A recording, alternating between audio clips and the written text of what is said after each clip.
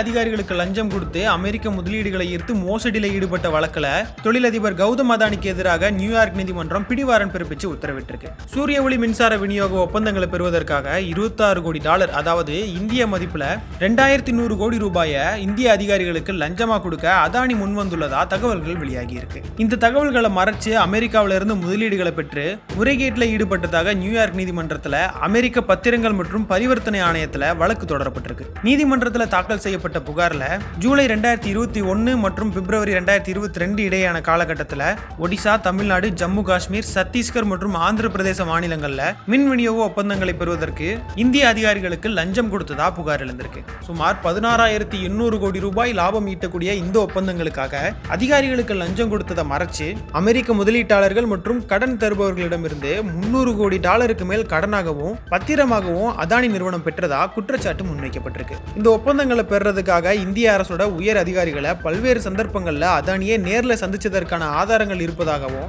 நீதிமன்றத்தில் குறிப்பிடப்பட்டிருக்கு. இந்த வழக்குல தொழிலதிபர் கௌதம் அதானி மட்டும் இல்லாம அவரோட உறவினர் சாகர் அதானி, வினித் ஜெயின், ரஞ்சித் குப்தா, சௌரவ் அகர்வால் உள்ளிட்ட 7 பேரோட பெயர்களும் சேர்க்கப்பட்டிருக்கு. இந்த நிலையில இந்த எல்லா குற்றச்சாட்டுகளையுமே அதானி குழுமம் மறுத்திருக்காங்க. இது குறித்து அவங்க வெளியிட்ட அறிக்கையில அதானி குழும நிறுவனங்கள் எல்லாமே சட்டத்திற்கு உட்பட்டு தான் இயங்குது அப்படின்னு தெரிவிச்சிருக்காங்க. மேலும் இந்த வழக்கில் குறிப்பிடப்பட்டிருக்கிற அனைத்து மாநிலங்கள்லையுமே காங்கிரஸ் அல்லது அதன் கூட்டணி கட்சியே ஆட்சியில் இருந்திருக்கிறதா பாஜக குற்றம் சாட்டியிருக்கு.